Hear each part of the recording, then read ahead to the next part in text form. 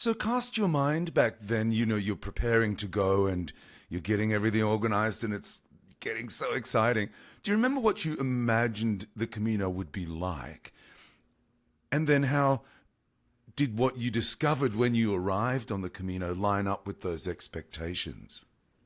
Very much so. I would have to say that the imagination took me to many places, but I felt like I did a lot of research, reading, and preparation.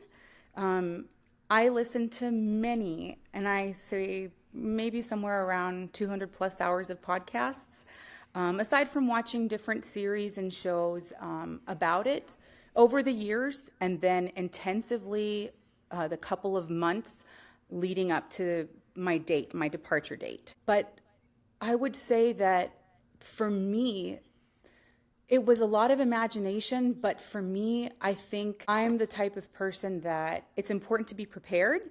I am an over-preparer.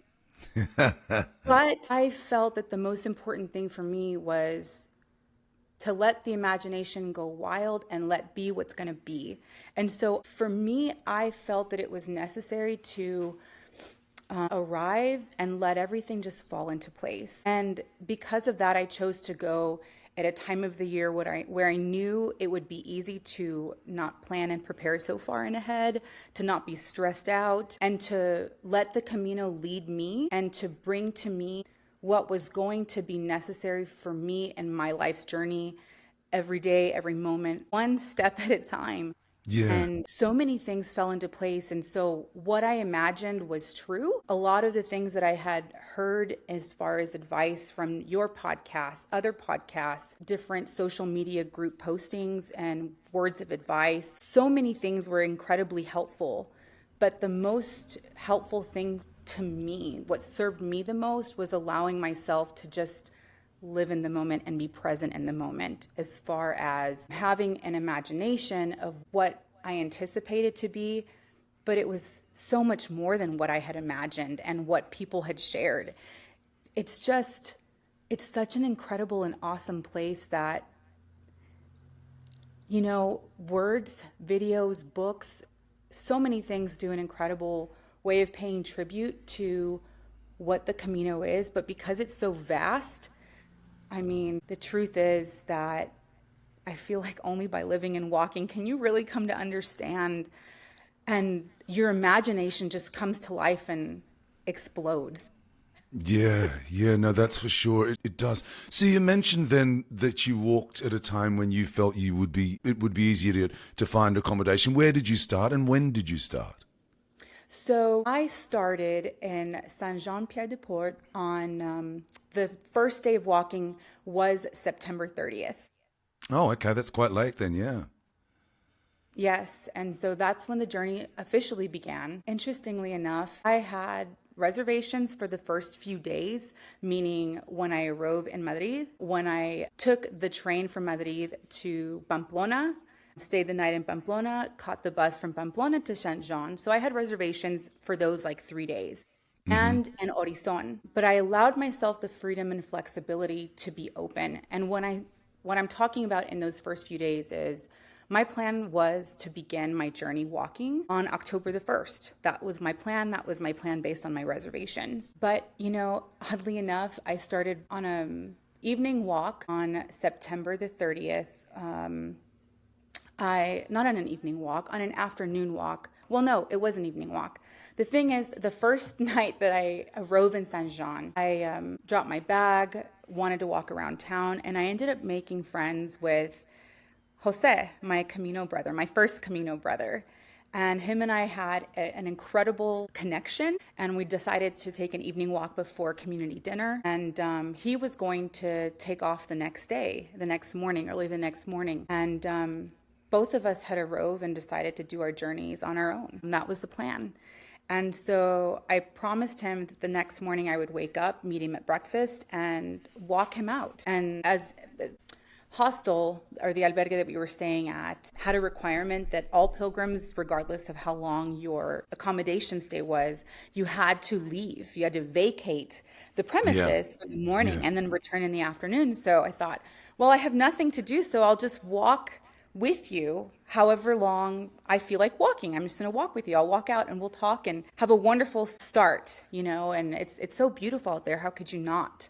Yeah, And yeah. so truly, as soon as we step foot outside of Saint Jean, about not even 5 minutes into our conversation and talking, another fellow, Daniel, made conversation with us. So the three of us start walking together, and up we go. We're starting to climb and get outside of town. And I want to say within 45 minutes to an hour, another bloke joins us named Matt, my other Camino brother from Australia. And all four of us just keep walking, and we are walking with joy and having the best of conversations. It's everyone's first day. We're all elated and excited and, filled with so much hope and just in awe of what is around us. And what is around us is heaven on earth. Every Yeah, step that we take as we kept climbing and seeing these beautiful views yeah, of farmland and sheep and clouds all around us, it truly was walking through heaven on earth. And so there we were, the four of us. And Jose was like, well, I thought you said you were going to turn back around. yeah. What happened to that? I said, well, I'm having a great time, and I have water. I have my day pack. I have nothing better to do. I'm just going to keep walking. So next thing you know, we end up getting to Horizon, and it's like 1 o'clock in the afternoon. And Matt had a plan based on how he had made his arrangements. He said that sometime in the afternoon, the shuttle was going to come and pick him up and then take him back. And he said, just ride with me. And we'll ask the shuttle if they'll be able to, bring you along. And if not, I'll walk back with you. And I said, you promise? He said, of course, I would never leave you behind. Everything fell into place, and Matt and the guys kind of convinced me to just be open and start walking the next day. And I said, but the thing is, I already paid for my room, and I've paid for Horizon, and I'm supposed to start tomorrow. And so I just, I tried to give my reservation to Horizon to Jose and see what could be done. And there was no flexibility in that. And that's what I anticipated, but it was what it was. And the lesson that day to me was, not right away, day one, the lesson was be flexible, be open. Things happen for a reason. People, I'm about to get emotional. People come onto your path in life. The Camino is life. Camino is vida. You will hear that as you walk the Camino. And it's a profound, simple, and true lesson that what is meant for you is going to come to you. And we just have to be open and ready to receive, have our eyes, our mind, our heart, our spirit open. And what is meant for you is going to find you.